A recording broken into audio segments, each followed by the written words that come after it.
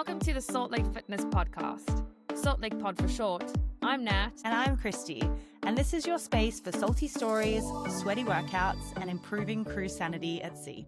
Hi, guys, and welcome to the Salt Lake Fitness Pod. My name's Christy. And I'm Nat. And today we are lucky enough to be joined by the beautiful Courtney Veale. Courtney is an ex-Yachtie, a below deck fan favorite, and we are so excited to have you on the pod today, Courtney. Welcome. Thanks, guys. I'm very excited to be here. Although I'm a bit nervous about speaking about all yachting stuff, but it's good to be here anyway. Oh my God. Don't be nervous. I feel like, we can't wait to share your story. But where are you at the moment? So currently in London, since leaving yachting, I've been living here. So about 3 years now. I'm currently in a coffee shop. In Malta, Gorgeous. to be specific. Gorgeous. So All right. Courts is in London and Nat's in Bahamas still? No, I'm actually in West Palm Beach at the moment. We just we you go. arrived yesterday evening. So Very nice. yeah, drop off day yesterday. Oh, what a treat. Congrats. Yeah. We all know the feeling. I can see the Yeah. PTSD coming out. Yeah. I don't. Yeah, I miss it, but I don't. Yeah. Awesome. And I'm calling in from Australia. So we're like literally all over the world, which is very Yeah. cool. But we'll kick All things different straight time off. zones. All different Yeah. time zones. But we managed to make it work, which is been a bit of a logistical nightmare with our podcast, but we're here. Yeah. But basically we are going to go back to your touch on your PTSD, Courtney, and start with your Great. start with your journey into the super yacht industry. Obviously, you and I met when we were both working on sailboats in Airlie Beach. Yeah. So the transition from like sailing into super yachting, how did that start for you? And tell us about your experience. Okay. So, I mean, first of all, I think that's giving me a lot of credit to say that I started on sailboats. I think I did like a few shifts on sailboats and I was awful. I actually was working more on like power play and stuff, which was like the cat. So yeah, me and sailing, I feel didn't go down too well together. But obviously we were all in the same friendship group, weren't we, Chrissy? So like we just knew from that. But like I feel that obviously was kind of my gateway into yachting. I feel like obviously working on the boats out there, it's always like the whole grass is always greener thing, I feel. I'd be on the catamaran in the midweek Sundays, like, and I'd see like the yacht go past in the distance, and I'd be like, see them in their uniforms, and I'm like, or I'd see them at the port and stuff, and like, I always thought that it would be so much more amazing. And then I started working on yachts, and I'd see the cats go past, and I'd be like, take that. Like I'd be there scrubbing shit with the toilet, like with a toothbrush, seeing like the catamarans go past all chill and remembering my chilled life. It's definitely a case of the grass being greener as well. But Absolutely. so obviously I was in Airlie Beach in Sundays for about a year. I'd already done a year there like a few years before, and I'd said I'm definitely going to go back and work on the boats. That was like my non-negotiable. So I made sure I did it. And then, my visa ran out, luckily. Otherwise, I think I'd still be in Oz, probably still be in Airlie Beach. And I came home, realised I didn't want to be at home. And then 2 weeks later, I went to Antibes and walked the docks until I got a job, basically. Yeah. And I actually started off as a nanny. That was my little segue in. Yeah, I was struggling to get a stewardess job. I was doing loads of day work and stuff, but just struggling to get an actual job. And then a job came up as a nanny who my friend was working as, and she had to go home for some reason and couldn't do it. So she put me forward and I got it. And then so I did that on like a little 40-litre for a month maybe. And then the family liked me. Well, Dad likes me. He was 75 and he was a Saudi man. And he actually only likes me because I was strict with the children. Like they were so used to Okay, for the good reasons. Yeah. For once. I was like, Not what there we're we go. thinking. No. Not what we're thinking towards. I'm glad we clarified tried this. Yeah, no, maybe I could have started with that. Not, yeah, the dad likes me. I was literally like, okay, I see where this is going. Yeah, no. I was good. I was good in that situation. And then he just liked me because I was strict with the kids. So then he wanted me to stay on. So then I ended up going to the villa with them in Cannes, working with them there for another month. And he was like, please come back to Saudi. Like, this is the first time the kids have said, like, please and thank you, and like not picked up people to go and do shit for them. Like, they were outrageous, these children. Yeah. And I said no to go to Saudi. And then about a month later, I got my first job on it as a tutor. Amazing. Yeah, I basically lied for my first job on my resume and said that it was like nanny/stew, and just got the captains to give me a reference with a nanny stew capital job title, and it worked. It worked a treat. It's going to say, I feel like getting into yachting can be so hard, but sometimes you do just have to spruce up that resume sometimes, you know. Sprinkle a little bit of fairy dust on there, or add some sauce, and you know, that's like the story of my life. I just wing every situation. God, me too. Fake it till you make it, and I mean, I still haven't made it, but you know, it's just gonna keep trying. You're smashing it. Shut up. I can't believe you say that. Yeah, I was just gonna say, after meeting Courtney in Early Beach, I was actually lucky enough to work with her again later in her yachting industry on Flying Fox. And you know, you have those crew members that you work with that just make your day better because they are fuck funny, and you really were one of those people. So tell us about your experience on Flying Fox, because obviously it was the biggest charter yacht in the world at the time. I can't remember exactly how long you were on there, but you definitely made an impact. And when you left that vessel, things changed quite drastically for you. So how was your experience on one of the biggest yachts in the world? Yeah, incredible. I still to this day say to everybody that I meet that Flying Fox is my favorite boat, favorite crew, favorite everything. Like, I absolutely loved it on there. I think I did it was only 4 months. I did the summer season, did the first time around, and then I actually came back in the Jan, if you remember. Yeah, I feel like probably not my finest, some of my finest and my non-finest moments on that Chef's boat. kiss. Honestly, the nights out were, I was so drunk all the time. It was awful. The stories that I would hear about myself the next morning were outrageous. It was just crazy. The beer fear. The beer fear was awful. No. But I have to say, that was just on every boat. The beer fear. Don't know what it was so with true. me and boats, but the crew nights out, I went so wild. I was just so wild. I just gave no fucks. Which was all well and good in the moment, and then the next morning I'd be like. Then all the fucks would come back, and you're like, "Fuck!" Honestly, yeah. Or somebody would say something to me, and I'm like, "That's what?" And they'd be like, "Did you don't remember?" And I'm like, "No, that wasn't me." They were like, "Yeah, it definitely was." I was like, that was Chloe. That wasn't me. That was your alter ego. Yeah, she's not here right now. She's gone. She's gone to bed again. Yeah, she's gone to bed until next drop-off day. I don't know what it is, right, about when you go out on after a drop-off day, or after doing a charter, or after doing a guest trip. There's just something about the energy, and you go out, and it's you have one sip of a spicy mug or something, and you're like, right, the night is gone. Let's go. Yeah, I know. And it was almost I thought, because we were in different places every time, in different ports. I was like, wow, don't know anyone. I remember I had a boyfriend for one night, and we were walking around holding hands. I've never met this man in my life. And I thought he was random from the town. Turns out he worked on the boat next door, and I was like, for fuck's sake. So then every day when we were doing either workouts on the deck or any kind of thing off the boat, we'd see all that crew, and I'd be like, snogging him all night. Great. Oh my God. I know exactly what you mean. Not the one. You get into the situations and you're like, fuck. Yeah, I know. I don't know who I thought it was, to be honest. But I mean, you're certainly not alone. It happens to all of us. Oh my God, there's so many nights that I don't really want to remember. I wish more of my memory was gone. But anyway, we learn. No. I wish I had more. I actually wish I had more memory. Actually, no, you're right. I don't. It's probably better to not know. Just ignore. Block it out. Block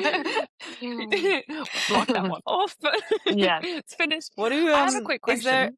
yeah, go Nat. Yeah. So we heard about you guys, you and Christy met doing like your sailing vessels at Airlie Beach in Australia. And then Mhm. I heard that you went into yachting and you were nanny on a boat. What are the stages or what kind of boats did you join? Because you've obviously done smaller sailing vessels, you've done cats, Yeah. and you've done I'm not sure how big the boat was with the Saudi guy, because you liked it Mhm. because of the nanny duties you could do. Yeah. Yeah. And then you've moved on to Flying Fox, which is a bigger vessel, quite a big vessel. So what are the vessels in between and before this? If you can name the vessels. Yeah. So after the 40-meter with the Saudi guy, I went on to Elysian or Elysian, people call it different things. That was around 62 meters, I think, which I think was quite a good in between. And then after that, it was Fox. And then after that, it was back down to another smaller one because it was below deck. I can't remember the name of that one. It's so long ago. But that was about 45 meters. And then went back to Fox and then went on to Siren, which was 75 meters, which was my first deckhand job. No way! And Siren's next door to yeah. us. Oh, really? Yay!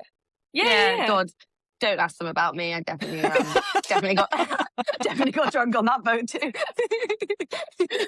Oh, guys, forgot about Courtney. Yeah, they were like, oh fucking hell, yeah. They'll all call me Kelly. That was my nickname on there, Kelly. Even the captain used to go Kelly, Captain. What? And the reason, Oh my God. mate, you don't even want to know the reason. Well, actually, it was actually outrageous. No, we want to know. It was outrageous, the fact that was it was so unprofessional. But I obviously, we had to wear like swim tops and I've got fake boobs and they used to be a lot bigger. And then even my sports bras that I would wear, they could basically like see my nips through the top. Oh no. One of the guys one of the deckhands made a nickname for me as Machine Gun Kelly. So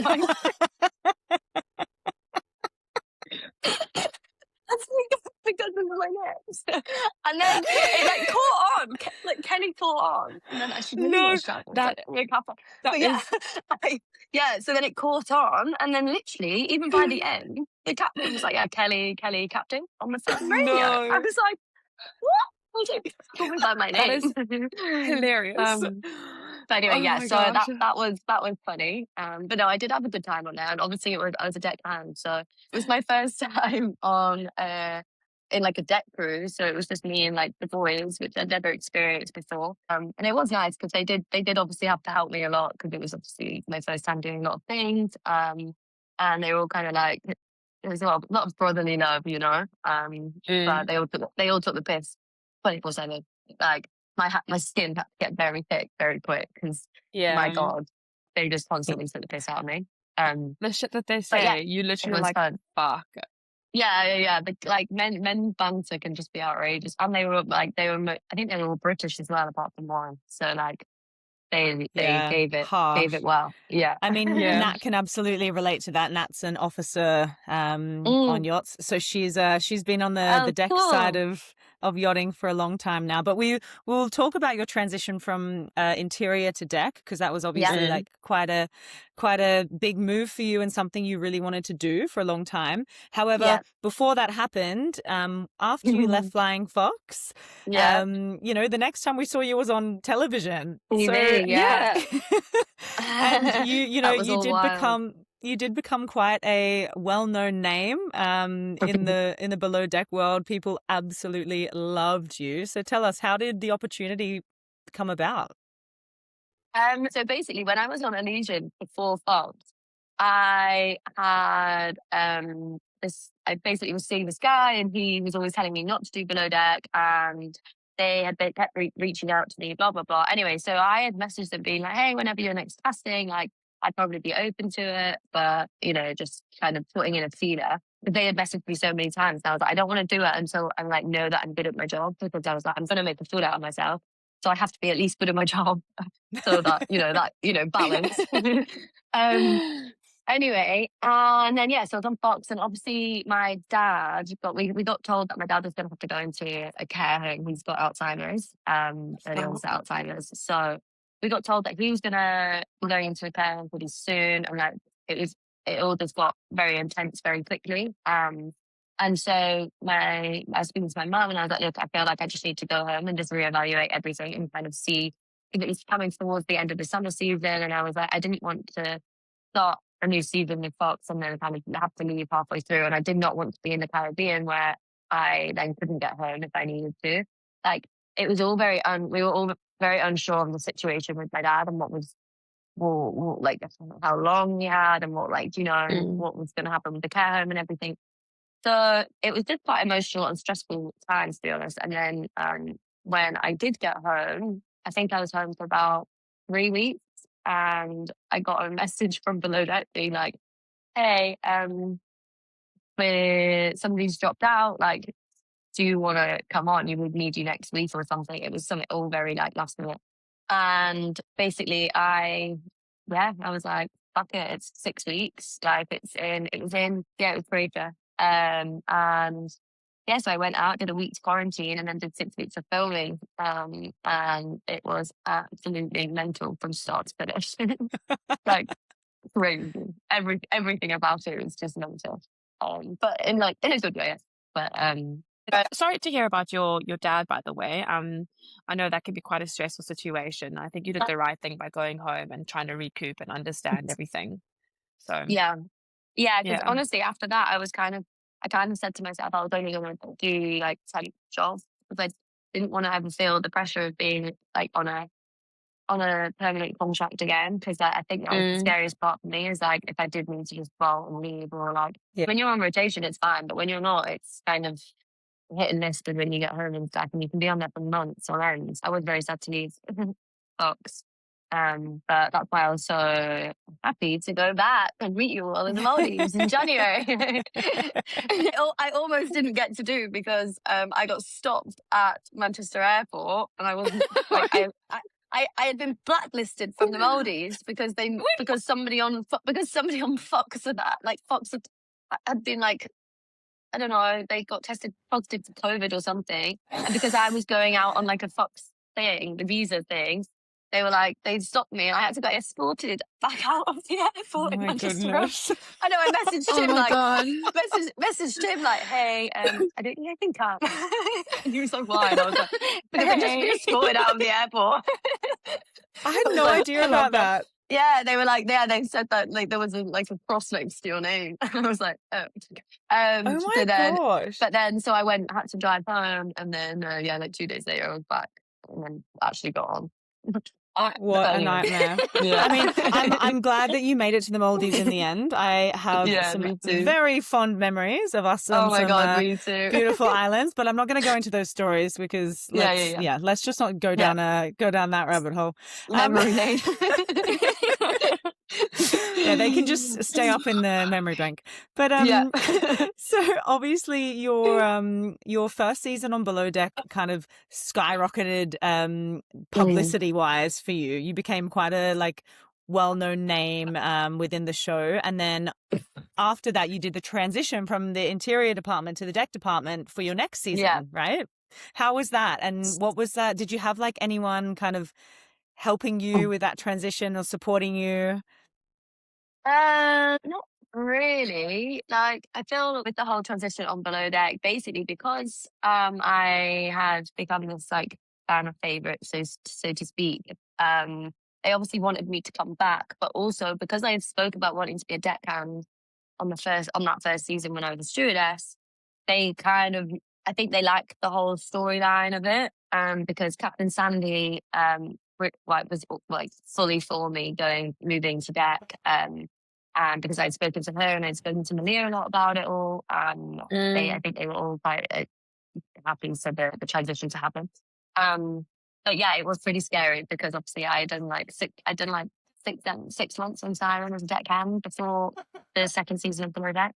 So I'd only had obviously 6 months of experience, and obviously all tenders are quite different. It was just very stressful because then I was like, shit, now I'm going to be with a camera in front of me trying to dock try and stop a tender. And then it was just, it was very stressful, but it was fine. And Captain Sandy was like fully with me, like trying to help me at every stage. And like the guys that were on the boat with me were all really good at like helping me and stuff. So that was nice. Because then Z was on there again, and Storm was on there. And they were both like both Sappho, both super helpful, and they're just really nice guys. And they helped me a lot. Was that Storm Smith? Yeah. I went to school with him. No way. Yeah. Yeah. So he was I on my went to the second same season. school. Oh, no ways. Yeah. Oh, that's so interesting. Yeah, wow. so he was Yeah. I don't know if he started with boasting, if he got boasting halfway, but he started off. Yeah, I think he started off with boasting.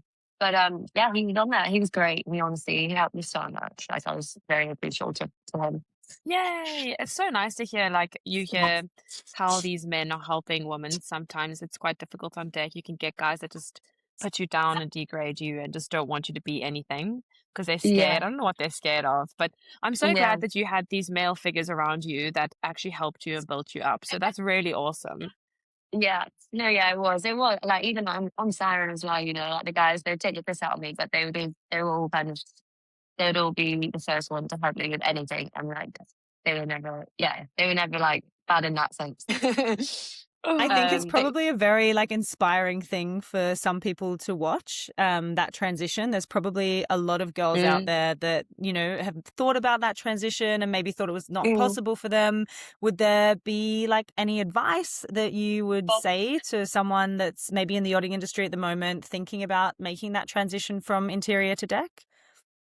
I'm saying if there's a part of you that wants to, then I'd say definitely do it and try it, because I absolutely like loved it. Like I would prefer it. It changed my yachting experience. Like I didn't mind stewing, but I didn't love it. And like I'd say obviously definitely try. And I'd say it's not actually as hard as just like as you think to get the job. You just have to kind of you just regret it if not. And I think it's not as scary as what you think.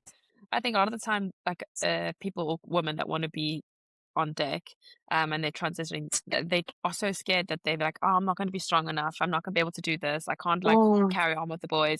But it's like you said, just do it. And I really like that advice. And I think it's really, really special, because if you don't have that mentality, you're always going to be scared of doing something, and you never risk yourself, like risk it for the biscuit kind of thing. So yeah, I will think that's really say. cool. I will say the strength thing. I was okay in most parts, but oh my god, on Siren, obviously it's 75 meters. And the lines, throwing the lines was quite tough for me. I'm not gonna lie. Like the guys, my chief officer would come and stand behind me every time we were docking, because he knew that I didn't like. I just didn't have the strength to throw it as far as I needed to.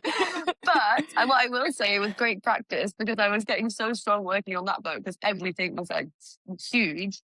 That when I went on to the below deck season, it was like a 45 meter. So everything, the lines are half the size, the fenders are half the size. So yeah, I looked like I was super strong, throwing these lines like no tomorrow. So it was at least it was good practice for when the cameras were on.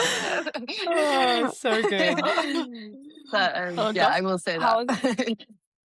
How's that feeling when your chief is standing right behind you and you're trying to throw that line and you're like panicking? You're like, I'm gonna drop in the water. I'm gonna drop in the water. Oh my god. Yeah, like I do well under pressure, but not that kind of pressure. Like every time. Like I think the few times I got it was when he wasn't watching and nobody was watching. Always. Every time he stood behind me and someone like watched me, I didn't get it. Like it was not. Yeah, it was so annoying. So yesterday we were talking about this. We're docking and we've got like a really big geo twin mowing lines, and they're really big. And the thing is, we rinsed down before we came in, so they were all laid out and like flaked on deck. So they were really, really heavy. Okay, so like they first of all they're pretty heavy anyway, but add all that water, it makes them like fuck heavy. Okay, so literally now we're docking. We've been docking and we're coming in. I've got all the lines out, and then my chief says, "Nat, just chuck me that one line. You don't need a heating line. Just chuck the lines with the fan heat and throw it at me." And I'm like, Okay, sure. Boy! I'm very strong. So I'm like, okay, cool. I chuck it to the belly, and it's so heavy. I'm so tired. We've been docking for like the last 2 hours. I've Yeah. only had 2 hours of sleep.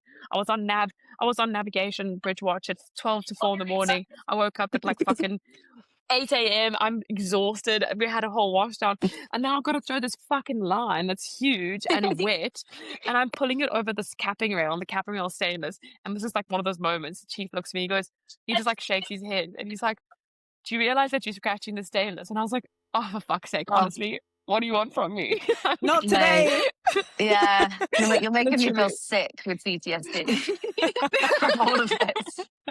Honestly. The stress and exhaustion in my mind for you right now. It's Oh like God, honestly, I'm exhausted yeah. today. But going back to like below deck and bringing that back up, if you're happy to discuss below deck. Yeah, of Um, course. so you obviously did really well on these seasons because they asked you to come back and people really enjoyed it. For below deck, we all have like these, preconceived ideas what below deck and how it is, and we watch the series and we watch the drama and everything that happens on it. Yeah. What did you find? Like, what was your experience of below deck? Did you find it difficult? Did you find it easy? Was it the same as like a normal boat where like, you have these family connections, you enjoyed like flying fox? Or was it very much like a production go, go, go? No, like I had a great experience both times, and I feel like it was similar in the sense that we still get that kind of through like feel like through like I made really great connections with everyone on the boat. Well, everyone bar a couple. On both seasons, and I still speak Mm, to most of them now as well. So I do think it's similar in that sense. I feel like the only reason why I feel is like production is just because there is cameras, just cameramen running around and getting in your way when you're trying to. 'Cause like the stress is the same as normal boats with like real guests. Like yeah. it's all very similar in that sense. Like once the guests are on, it's like you're doing it. Like you've not like you like okay, cat break. It's not like that. It's like once the guests are on, you are doing the charter, and it's Yeah. like a normal any normal job. And yeah, and so it's that like it was stressful, and I think it definitely added to the stress having like hammering people in your way, or like if we did want to get the guests to the shore, or like to do anything that we were trying to sort out, it was harder because we had to kind of wait to have the cameraman, or like wait for production to give us the okay, or blah blah blah, and at the same time Mm, you've got the guests sat there waiting for 10 minutes and thinking it's your fault, and yeah. then obviously, and they know Oh, what they come like the guests obviously know what they're signing up for, coming on the yeah. show, and they love to have a little bit of drama, of course, and make it a bit harder for us, I feel. But yeah, there was some guests that were absolutely lovely, and like it was so smooth sailing, and but I feel like again that's the same as normal on normal boats where there's no Mm, cameras. Like I feel like you have some Yeah. guests that you think are gonna be awful and they're great, and you have some guests that you think are gonna be great and they're and they're nitpick awful. absolutely everything, you know? Yeah. Yeah. Yeah, and sometimes the rudest ones are the people like when they first sit on, you think they're gonna be great, or um but yeah, so I did have a good experience overall. I think the aftermath was what was maybe not as good of an experience for me, just because it was a lot of like attention on me and like like not in the sense Mm, I don't mind attention, obviously, but I mean in the sense of like, I went from like 3,000 followers to 60,000 followers, I think, in the space of like a month. And like oh obviously I my feel like God. yeah, it kind of sounds, and I feel like it doesn't sound like much anymore because now we have like Love Island and like everything like that. But at the time, this was like 5 years ago now, and That's a at the lot of time, that's a obviously, lot of people. yeah, and like obviously all of these people, reality TV is great, but people do think that they know you, and like they forget. Mm, Some people see you as a character, which they can just kind of bash and say whatever they want about, and they kind of forget that you're an actual cat, like human. But then mm, also some people think that they know you because you are yourself on the show. mm, It's not like a TV series or whatever. Like it's reality TV. But yeah, so I think I definitely struggled with some bits after it, just from um like what people like comments and messages and things like that. And obviously I got very very very confused season 6, which didn't help because people had a lot to say about that as well. Um, and but yeah, I'd say overall I did have a great experience. It is very similar to normally else, aside from the fact it's being followed by camels. Yeah, I think that's actually something that we wanted to ask you about and touch on was what happened to your life and how your life changed after the show, right? And how how your exposure to the public grew. Obviously, I remember quite clearly sometimes where you were getting maybe like hate or, you know, like bashing from random strangers. And my partner Tom and I freaking loved this, but Courtney would often like screenshot their messages and call those motherfuckers out. And Good. honestly, we were like that. I feel like that was such a good way to approach that kind of situation. But how was that for you? Obviously, we didn't see the full scope of what was going on behind the scenes, and these people, like you said, think they know you. So, I can't even imagine the things that they think that they can say, you know, to someone. Yeah, no, it was honestly, it was bizarre because I could never imagine, no matter how much I loved a show or like loved somebody on a show, whether I loved them or hated them, I thought they had done the worst thing in the world. I would never think, I know I'm going to message them on Instagram. Like, I just don't understand these people like that do that. And what's wild is usually it was like, you know, middle-aged, older, older adults with like kids. It was always also in their bio. It'd always be like God's first, or like it'd be this in their bios and like pictures of them with their children, and then but they're messaging me saying like awful stuff either about how I look or like how I acted when I was drunk or um it was just, like people throw around a lot of shit. And I didn't really mind some of the stuff because I was like, oh, I ignore. But I think when you get a lot of the stuff like either about my body image or about, you know, how I maybe acted when I was drunk, or like I'm so happy for your dad saying that he like, won't see any of this because if I was a dad, I would literally be disgusted and seeing my daughter like Oh this. I'm like, no. oh my God, I'm like, I really like, Dark. do you guys think I'm doing a rock? Because I didn't even do anything bad. I literally just got drunk on tequila. I was like the happiest person drunk on tequila, apart from maybe when one girl was being a crazy psycho bit. So I said what I thought. Like, that was it. And obviously, kids can be. Oh yeah, I'm twerked a lot. I like how, oh yeah. Oh yeah. Oh yeah. Oh yeah. Oh yeah. No, but I mean, like none of it was bad, you know. And like some of the stuff That's that people said. horrible. Yeah, And disgusting. I think like it was those comments that kind of got to me a bit, and like those comments, and and as I say, the body image comments, they got to me a bit.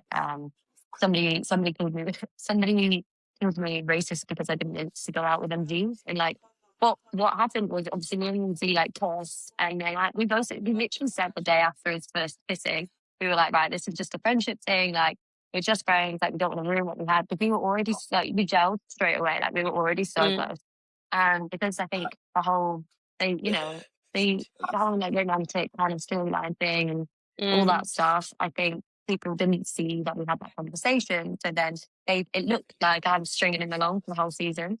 But yeah, because I didn't want him to be my boyfriend, I was now apparently racist. And I'm like, it was like these little comments like that I was like, whoa, that's actually so not okay with things like that because obviously I'm not. I don't know, it's just it can be quite detrimental for someone's reputation Definitely. Definitely. or how I felt you about come across as myself. you come across as someone that's quite strong, you know, like and has a thick skin and can take that to a certain extent, but you can understand why these reality TV shows and these stars have such a hard time adjusting to that newfound fame after if you're getting things like that. And I always think it says more about those people than it does about, you know, you or anyone else going through something similar. Yeah, for sure. And that's why like sometimes I just screenshot it and put it on my story. People are just so shocked to see what some of the stuff I receive. Even now, like people are still watching. People are now still like binge watching Below Deck. So I still get them at saying like, you know, I'll still get random messages. Too damn bad. Like I have to say, like the good messages have always outweighed bad. And I do appreciate all of the nice messages that I receive, and you know, but yeah, some it's been funny to post sometimes because people are just shocked to their core about what I get, and I'm like, this isn't even a bad one. Oh my gosh, Courtney, honestly, I think overall you were just so freaking loved on that show, and that's what you need to hold on to. And yeah, Yeah. it was I, wonderful. But what happened with your life after the show? Like I from the public's perspective, you were yeah. like doing pop-ups and meet and greets and modeling. And Mm, so what have you been doing since Below Deck? Like what has your kind of life um, journey gone to now? yeah, well, obviously, after that second season of Below Deck, I think I did. So I moved to London, moved to London, and then was doing like different Instagram, TikTok, like kind of branded collabs and all that stuff, trying to get into that whole kind of influencing lifestyle, which I'll say I was never very great at. I yeah, like it was fun, but I felt I wasn't. So it just I just wasn't sure where to take it, just because my niche, so to say, was boats, because that's why everyone Mm. followed me. And obviously now I wasn't on boats. I was just living in London, thinking, shit, what am I doing now? But so I actually ended up going back on boats and doing a couple of temp jobs on a boat with my friend. And yeah. Anyway, and then obviously since then, and then when I came back from that job, I obviously started the OnlyFans, which was a wild experience as well. Which again, people had a lot to say about. Oh, everyone um, has a lot to say about everything, honestly. yeah, I know, and Well, we're honestly, with so interested to hear about yeah, OnlyFans in this world. yeah, I feel like, well, funnily enough, like I didn't really care about what other people had to say about it when I was first starting it. I only really cared about my family and what they thought and Mm. everything. And I basically like went back and forth with the idea of it for quite a while. So because an agency had messaged me a couple of times and kind of sold me a dream and were like, but which it sounded too good to be true, you know, like just doing like bikini and like lingerie kind of modeling pics essentially on putting it on changing the platform to OnlyFans instead of Instagram and making quite good money. And there's like a chatting thing on there as well, which also helps make money and blah blah blah stuff. Anyway, so yeah, kept sending me this, and I was so tempted, but I was just so nervous because obviously just such a stigma around it. Mm. That you know, even when I told my family, like mum was okay, and then my brother like was not happy, and which then essentially made my mum was like, "Yeah, no, I'm not happy either." So I was like, "Great, mum." It's like the time I needed to have my back. um, Perfect. but no, yeah, we had a big family group chat, and I think because I had actually like it wasn't like a rash decision. Like it wasn't like I was just Mm. thought, "Oh fuck it, I'm going to do OnlyFans." I went back and forth with so long and like researched so much, like literally all the other girls that were with this agency and blah blah blah, and yeah, all of that stuff. And I am in control of what content goes out, so I was like, it's not like they can put stuff out there of me that I don't want because I have Mhm. to upload the content and whatever. So yeah, and then I just thought finally my family came around and started it, and it did blow up. Like it was kind of wild. It was like it was really lucrative for the first 2 years. I can't tell you. It was, yeah, it was wild. And I think that is because I had such a big fan base from Below Deck. Um, Mm. but it definitely goes in waves. I started kind of taking a bit more of a break from Instagram and socials and stuff because I just didn't really, it wasn't really making me happy and I didn't really know where to take it. So I just thought I'd focus more on OnlyFans. But obviously, when you have less going on Instagram and stuff, there's less Mm. movement over to OnlyFans or whatever, like less promo stuff. But yeah, I mean, it's still amazing. Like, I think the stigma around it definitely still stands. Like, it's funny how when I meet new people, I'm very because it is essentially like lingerie and bikini like modeling and like swimwear modeling. So I'll either say that or I'll say OnlyFans depending on who I'm speaking to. Because some people, you know, like they're just not gonna take it well. Or a lot of people are just more interested than anything. And I feel like America is so like far ahead. Like in America, it's so normal. They actually do want to be kind of modeling for lingerie and female brands, which I'm currently been applying for and stuff. But a lot of agencies won't work with you if you've got OnlyFans. You know, Oh, so there's a lot of interesting. different. Yeah, there's a lot of different um I'm not falling in love, nothing Rules? to like, yeah, not rules. Like, I just think so many, like, Restrictions, maybe. yeah, Mm, restrictions and stuff. Like, I think that's what, um, yeah, especially like in the UK, I feel like it's quite different in Yeah. America. And maybe, like, I'm not sure about Australia at the moment. Like, what's it like in I feel like Ireland? we're always so far behind every other country when it comes to anything. Mm, I wouldn't know, but I will say, like, there's no surprise that you built such a successful platform. You are drop dead gorgeous and just thanks. such a wonderful human being. But what would you say the biggest misconception is around mm, OnlyFans? You know, when somebody says those two words, Mhm. certain people's minds will go to one particular thing, but Yes. from what I understand, there's a variety of, things within that space. Yeah, mm, I feel like obviously there is a lot of people on OnlyFans who are doing like, cooking things, golf things, like sporty stuff. But I think like people can't seem I because I do laundering and singer modeling on there, I think nobody understands that you can just do that. Like I know Mm-hmm. it's not it's mm, never pushed. I think everyone thinks like, oh, are you not tempted to do more? Are you not tempted to put more on show? Are you not tempted to, do anything sexual? And I'm like, no, like, oh, my agency would never even allow it because they don't like nude, they don't like anything kind of sexual or anything, which again, people just can't, it's not their heads around, but then surely that's like what people do it for. And like, that's what you're like moving towards. I'm like, no, like there's never been that way. OnlyFans has always been a mm, stepping stone to you, yes, just do this and this is how it will remain. And as soon as it kind of, Mm.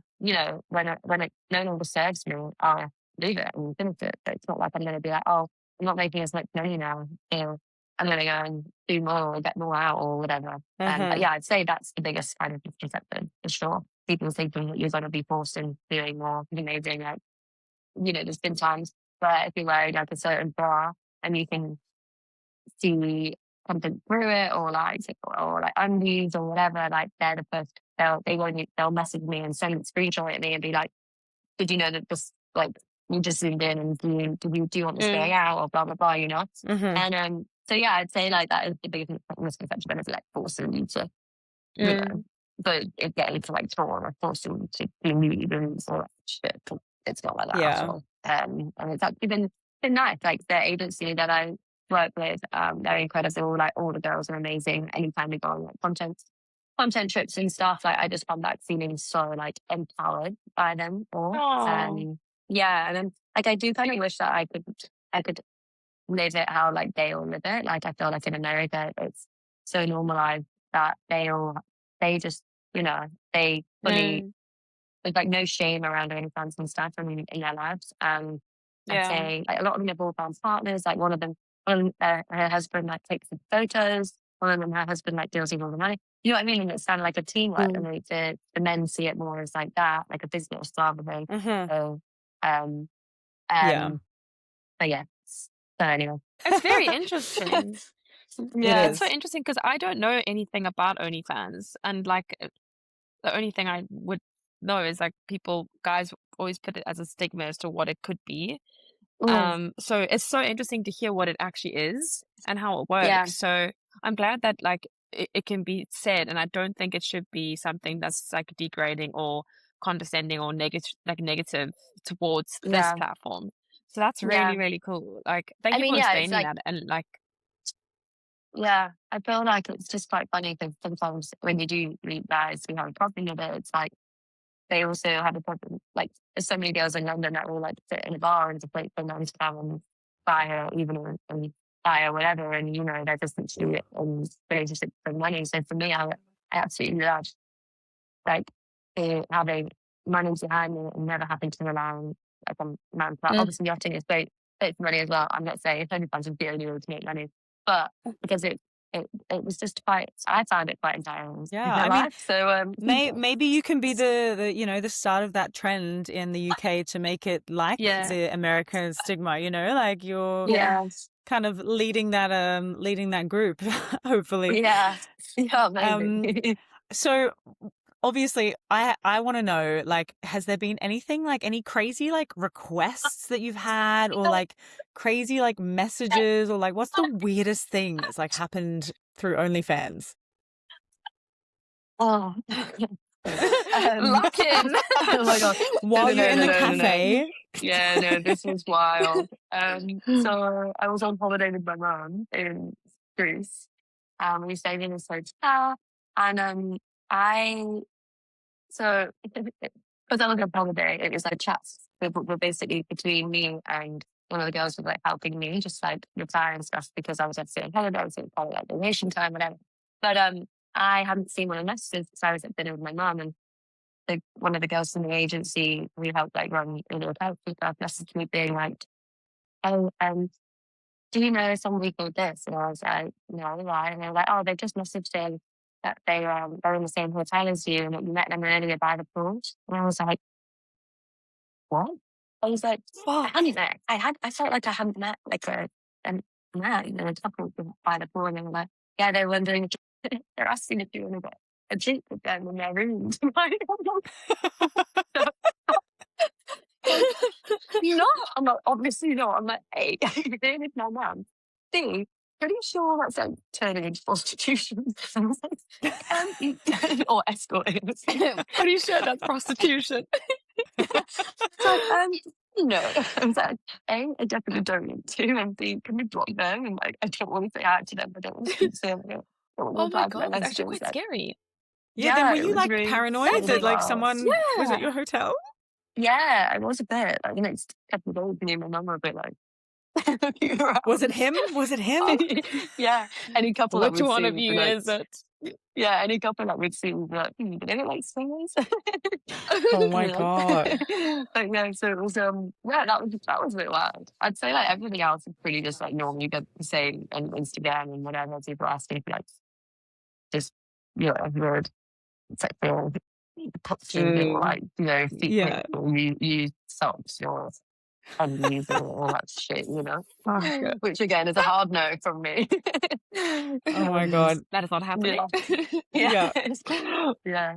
I'd say that's I have probably a more I have a so.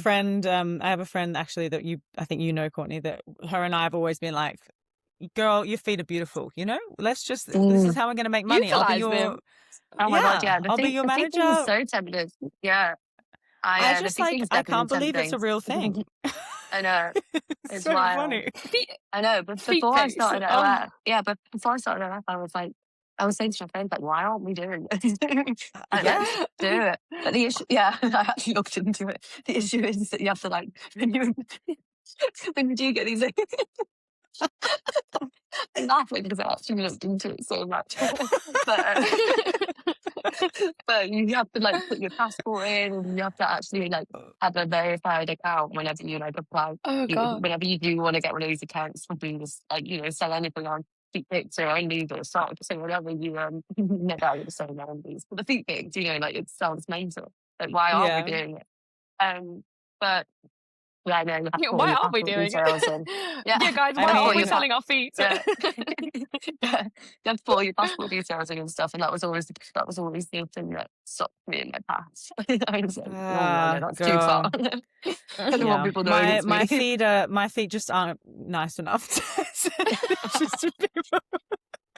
No one's gonna pay Oh for that. no! Don't shave Oh, your feet, Christy, man. I'm not sure the they're dogs. nice. Oh, it's so funny. Okay, cool. Well, so interesting. Like, what a Thank you wild, for sharing that. Yeah. unfamiliar world to us. Yeah. One other thing I really wanted to touch on, while we have you on, is your personal health and fitness journey over the past Oh, couple of yes, years. yes. Uh-huh. You've made such an insane transformation. I feel like, you've really you've gotten into running. You're doing some solid runs. Like you're Yeah. so active. You're promoting such a healthy lifestyle. And I just want to know what sort of sparked this? Is there any habits that are just part of your routine now that have changed the game for you? Mm. Um, yeah, definitely. I felt like I was in a bit of a hole at one point in when I was living in London, again from the all kind of the aftermath of no debt, yachting. I lived with my dad, all this stuff, and I felt like I basically just kind of turned to exercise, like hot yoga. I was doing Bikram every other day. I was obviously got into running. I will say it did start off with a slight unhealthy obsession.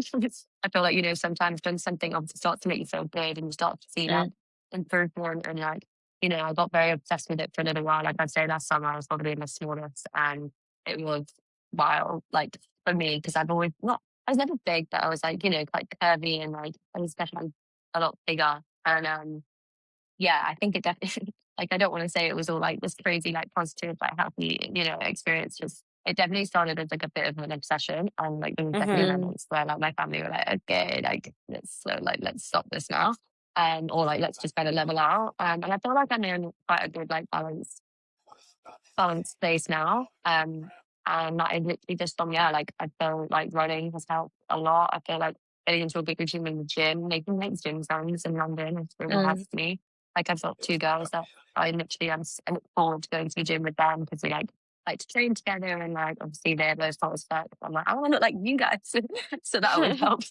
But yeah, I think I had to start being a bit like kinder to myself as well. I think I always exercise was always more like a kind of like I saw it as like a punishment rather than actually enjoying it. Like I was always doing it to like get skinnier, or doing it because I was eating something bad, and like I've had I've had body dysmorphia for like all throughout my 20s, and I'm not gonna lie and say I don't have it now, because I do. Like yesterday I had an awful day because of it. And like, so that's always been a thing, and I feel like that definitely made it more like this. That's why I like felt like exercise was always a punishment, or like, you know, restricting myself on these crazy diets and stuff. It just never worked. And I feel like I kind of started speaking to a few friends who have become like, you know, PTs and stuff, like seeing their PTs, and I was always kind of asking them about different, you know, healthy ways to eat and what I should be eating and what I should be doing. And I think just actually listening to it and sticking to the routine and applying, and my body like loves routine. Like Monday to Friday, I am well, I try to be very so strict with my like routine and my not in a bad way, but like I enjoy it, you know, like I look forward to it being Monday to Friday, and like actually being in routine and seeing like how my body feels like so much better and whatever. And then Friday comes and I go out and ruin it all. And then Sunday I'm like, ah, fuck. But now I'm like on a Monday, rather than thinking like, oh, I've lost all my progress, because I usually do like either a big run or go to yoga or something, or go to the gym with friends on the Saturday or Sunday, whether I'm hungover or not. Like I feel like by the Monday, it's like, rather than thinking, oh, I've lost all my progress, it's like, oh, like, you know, I just had a couple of days of rest, and, you know, that's fine. Yeah. I think, yeah, the whole being kinder to yourself definitely helps, but I'm definitely still learning. Like it's still a work in progress for sure, because when you've struggled with it for so long, it's really hard to pick the habits and like the nasty thoughts in your head. So yeah, I'd say I'm definitely still in work in progress, mentally and physically. But I've been really enjoying the journey, and yeah, just enjoying feeling healthier and better and everything in myself. For sure. That's such an amazing journey. I think to realize, number one, to understand that you had body dysmorphia, sorry, and that you realize how it was affecting you, and that you know Mm, that you're living with it, and how you deal with it, and what you can and can't do to make sure that you can still have a positive outcome from going to the gym. Like you said, not yeah, forcing yourself or making it like I have to, I'm punishing myself. I have to go do this run because I did this yesterday and I didn't do the 50 kilometers the day before, and yeah, yeah, tomorrow yeah, I'm going to do, you know? So yeah. I think it's a really inspiring way of looking at fitness and health, is that it's Mm, a journey. And I think that's yeah. what you have as a journey. And it's not like a start to end. And there's no like a diet culture in that, which I think in the beginning, like you said, most of the time, not most of the time, some of the times we get into this like bad mindset of like it becomes an obsession because you start seeing the weight fall off, or you start seeing muscles Mm, pop up, or you start feeling a bit better, and then people start commenting, oh my god, you've lost so much weight, like what are you doing, yeah, you're yeah, looking yeah. really good. And it's those comments which are good, but it can also be a bit like, But you know, triggering. yeah, Mm-hmm. for sure. They definitely like, I did it. Like I love the comments were always great, but they were also, it's like just like they were just like feeding this, you know, any kind of yeah, like the whole body dysmorphia, any kind of like eating habits and stuff, you know, like Mm, that I'd struggled with. It would feed into it massively, because I'd be like, right, okay, yeah, obviously I don't know, I'm skinnier, so like keep going, keep going, keep going. mm, And you know, it definitely took like a lot of family members and like seeing photos and actually or seeing like, you know, when like pictures come up on your phone and you see old photos Yeah. they're in like the corner and I'm like, holy fuck. And it was like those moments where I was like, oh my God, like that is like seeing the difference and stuff. Like sometimes you do need to like be reminded by that because obviously once we get to a certain point we keep wanting to be better and better or skinnier and skinnier and more muscly and more toned, you know. And I think just as you say, remembering that it's everything's just a, you know, a journey or I guess like a work in progress and stuff. But I think like what I would say is just I actually prefer just feeling better now, like feeling actually feeling healthier and feeling like, you know, my running's I love running now. I obviously have started to love running in these last 2 years, but I feel like I never used to love it. And I think I was just saying it was never about the size of me or anything, but it was like I felt so unhealthy for so many years. Like from the inside, I just felt I was always tired, always like lethargic. Like even when I was on dates and stuff, like I I remember there were some times when I just feel like I'm gonna I could like fall asleep. I had no energy. I felt like shit. My skin was shit. My like my outlook of I don't know, like it was just I just didn't feel good inside. So I definitely go off how I'm feeling as well, rather than just like I know it's not all about size and it's not about whatever. It's about actually just feeling good and feeling healthy in yourself. And that's definitely helped. Yeah, that's definitely helped me like continue it. You know, like my skin is cleared out. Like I feel I love waking up and feeling like energized. I actually look forward to. I've got like full ADHD, self-diagnosed. But like, I will eat the same thing every single day. If you haven't noticed, our conversations is like this as well, because I also have like ADHD, so we're like back and forth. Literally conversations everywhere. But no, like I can eat the same thing every single day. So like Monday to Friday, I will have eggs and sourdough with cottage cheese, and then I'll have the same dinner. I'll have the same thing when I get back from the gym. And like everyone's like you can change it up. And I'm like, no. Because like if I know what I'm having, but I look forward to it. I love it. Like, and that decision fatigue's gone, which is amazing. I'm the worst at making decisions. So for me, it's great. Like I look forward to Monday to Friday eating the same thing every night. And Courtney, consistency wins every time. So yeah. People think that I'm doing it as like punishment to myself, and I'm like, I'm joking. Like it took me like 10 minutes to make. Costed like nothing because it's usually tuna. And and now I'm sat in front of the TV like eating loads of it because it's super healthy. And it's yummy. Yeah. I think a really like amazing thing is your honesty around this. So thank you for your honesty, because I think from the outside, a lot of people would look at someone like you as being, you know, maybe everything they dreamed of or everything that they wish they could be.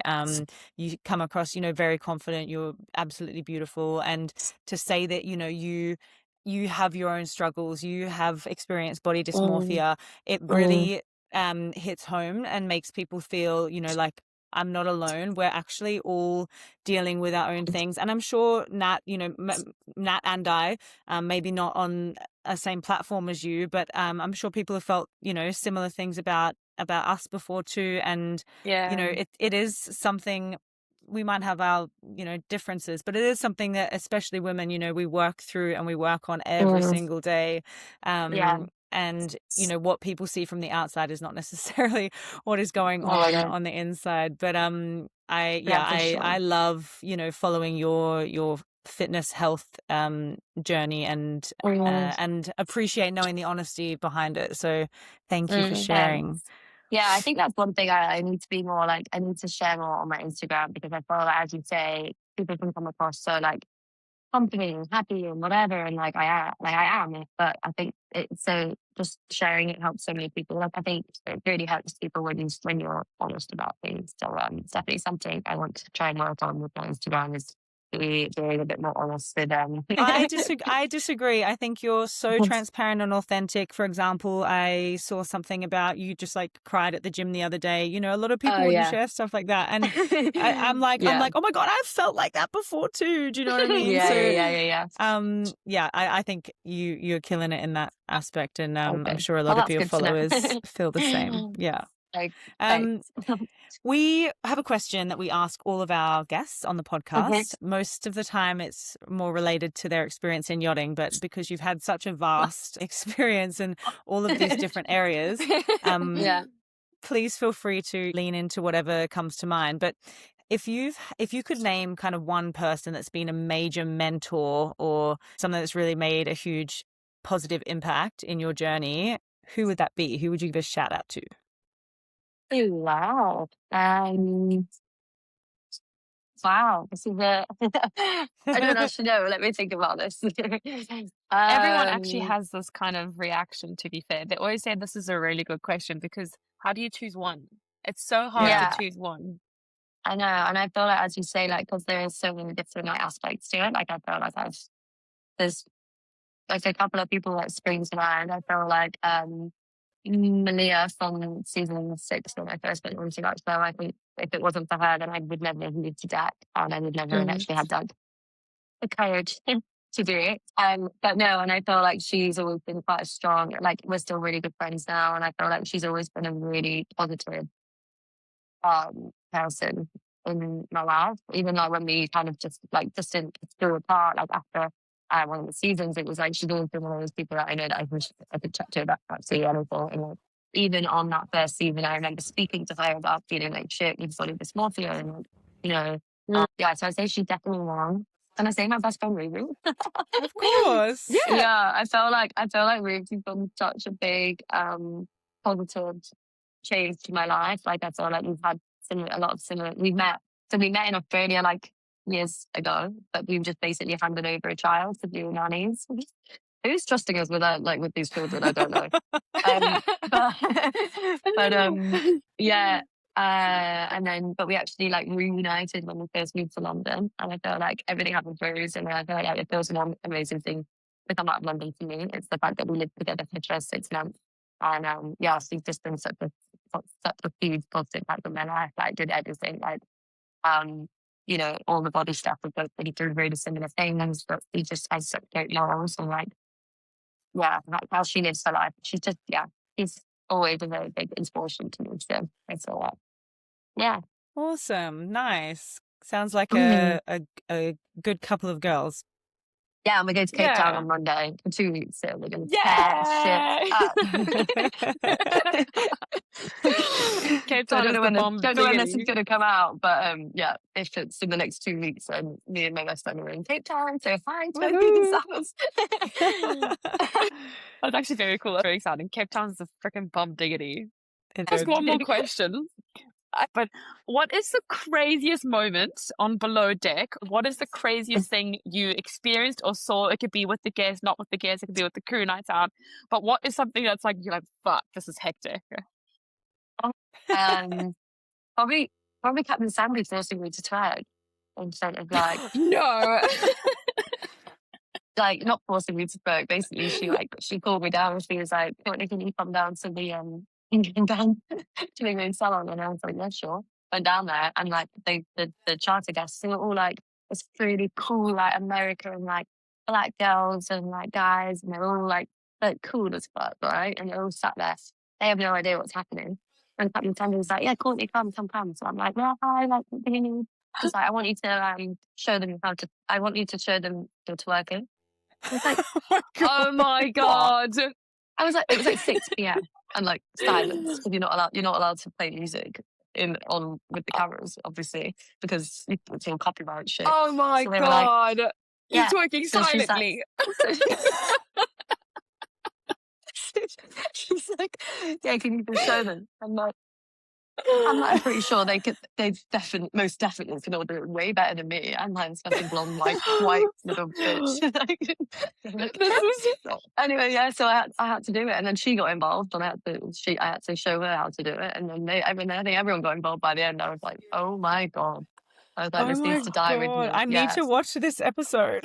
No, please don't. Like, when I meet people, and like if I'm like start speaking to a guy or like dating or something, I'm like, please just promise me now you'll never ever watch it. If you haven't already, you cannot. Please. But yeah, I'd say that's the first thing that comes to my head, to be honest. Like, Captain Sandy, she's absolutely amazing. Like, she's just so wild. Like, you never know what's gonna come. You never know what she's gonna say next. But That's yeah, actually hilarious. she's great. Like, she'll make your day so much better whenever you see her. unless she doesn't like Oh, me, what a then legend. she really won't. Then you're fucked. Yeah, yeah, because she's really nice, but she takes no shit. Like, Fair one. but yeah, That's the only I'd way to say run a team, I guess. definitely. But yeah, I'd say that's probably the wildest thing I that love comes to it. mind. I love it. Oh, that's so Okay, good. amazing. Thank you. Sorry. Yeah, I had to ask that Yeah. question. No No, of worries course, at all. throw it in there. But otherwise, where can people find you? Where can they follow you? Where can our viewers? Just at Courtney Veale on Instagram. That's all I've got going at the Easy. moment. Perfect. Hey guys, subscribe, follow, bye. Jokes. Jokes, but no jokes. Yay. But no, thanks guys. It's been so nice chatting to you. No, of course. We're so pleased to have you on. That's a wrap on today's episode. Stay salty, stay strong, and keep moving with purpose. See you next time.